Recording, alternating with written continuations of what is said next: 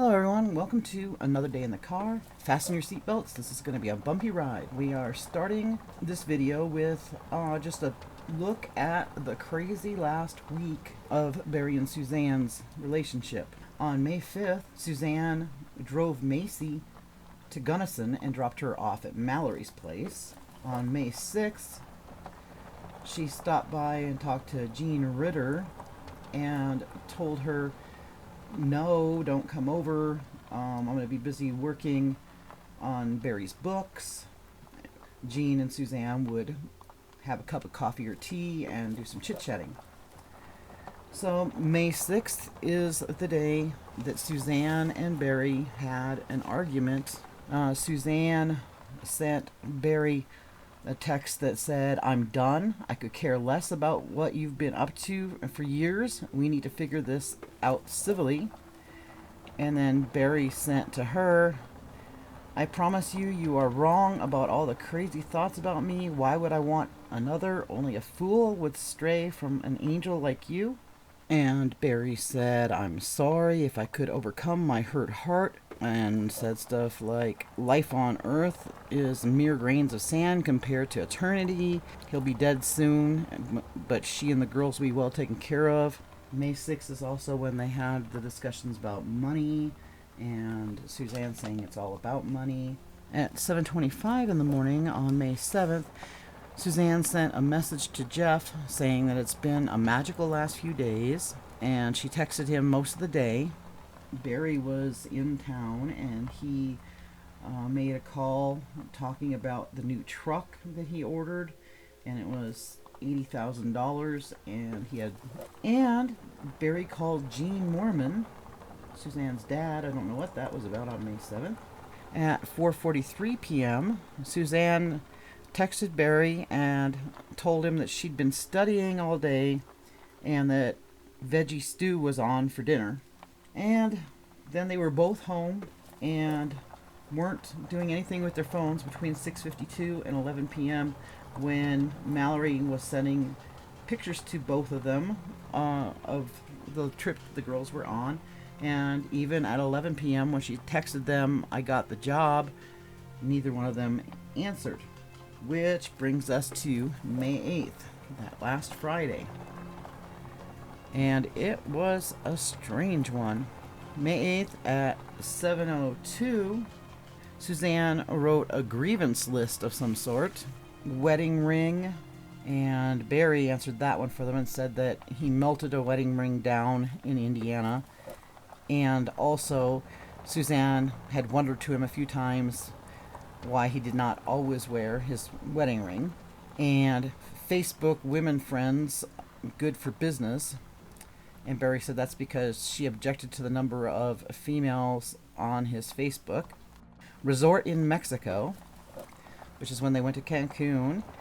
And we know now that the whole time they were there, Suzanne was communicating with Jeff. Barry says that he tried to see her phone, and she didn't like him trying to see her phone. And there's health, and that's where Suzanne's friend, I think it was Sheila, said that Suzanne felt that she could not get healthy while she was in the marriage. Next one's act like I am intruding in the garage. And Barry said that Suzanne thought that he had cameras set up in the garage, and she was BF. Barry told law enforcement that on May 6th, he got fed up with the accusations of him cheating, so he joked that she had a boyfriend, and she did not appreciate that. Next thing on the list was hydro, and Barry said that's because he complained about her using her hydrocodone because it makes her distant. And then at 8:43 in the morning, she texted Barry, "Sorry, I forgot about Rob Mizell, but I will continue invoicing." And then at 9:23, she sent a text to her sister Melinda, and she said that Barry is abrasive and abusive, and that Suzanne is angry at what she has allowed. Barry sent a message to Suzanne, and he said that he could work in Arizona just as well as he did in Colorado. So then at 9:33, Suzanne sent him a picture of a property that was for sale. Then Barry immediately sent, hey, 10:02. There was a 3-minute phone call from Suzanne to Barry. And then from 10:05 to 10:08, Barry attempted 4 times to call Suzanne, and she didn't answer. 10:09, Suzanne called Barry, and they were on the phone for 26 minutes. And then at 10:55, Barry texted saying, I love you, Suzanne. And then after that, he texted that he wanted her to drop by the Tailwinds work site to see his work, and he wanted her to bring some drinks. So Suzanne did go meet Barry at the Tailwinds site, and she asked Barry to get them pizza, and she took a picture of Barry outside of Moonlight Pizza, and she sent that to their daughters. And then while he was out in front of the pizza place, she sent a LinkedIn message to Jeff saying he is gone for a bit. Then between 8 and 9 p.m. was the Facebook friending of 22 or 23 people, and 20 of them were male. Then the morning of May 9th, she texted Jeff and said that she had a fine night, got pizza, looked at homes, and talked about Arizona. I noticed in my notes from the first day of trial that sometime after the body cam footage, we see a place where Barry admitted that he and Suzanne have spats, and he said that he gets on her sometimes because he wants her to get off the drugs. And he said that she's been prescribed, or has, I don't know if he actually said she was prescribed them, hydrocodone, antidepressants, and clozapine. If any of you did happen to be at the courthouse, could you verify with me that it was clozapine that was the other drug? And we know that hydrocodone is an opioid pain medication, and it's for treatment of severe pain. And antidepressants, that's pretty much self-explanatory. And clozapine is an antipsychotic. That's usually used to treat schizophrenia. And then let's talk money.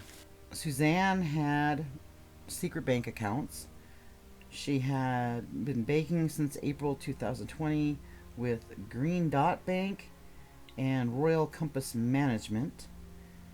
And apparently she used Jeff's phone number for some of her accounts, and I don't know if that's her money accounts or her social media accounts. And then there's the $70,000 that was allegedly inside that safe, and apparently before he was being suspicious of Suzanne because he hadn't been told about the affair yet, Barry seemed to think that law enforcement did something to his $70,000. Now, whether there's actually a missing $70,000 or not, I don't know. And now we'll talk about pings. I found out that Lauren Scharf's tweeting got interrupted. She had technical difficulties or something when the whole GPS stuff was going on. And so I thought I'd clear that up. And there was a report that Barry's phone had been seen between 11 a.m. and noon heading out in the yard out towards the RV park. And it turns out that was one of the things that could be explained by the drift, or I forget the word for it, but basically the signal isn't 100% accurate. And then that brings us to the allegation that Barry was running around outside the house chasing Suzanne. They had 4 pinpoint locations, and they had the GPS coordinates for them and the times that they did their ping in those spots. And those locations were all out on the outside of the Morphew home.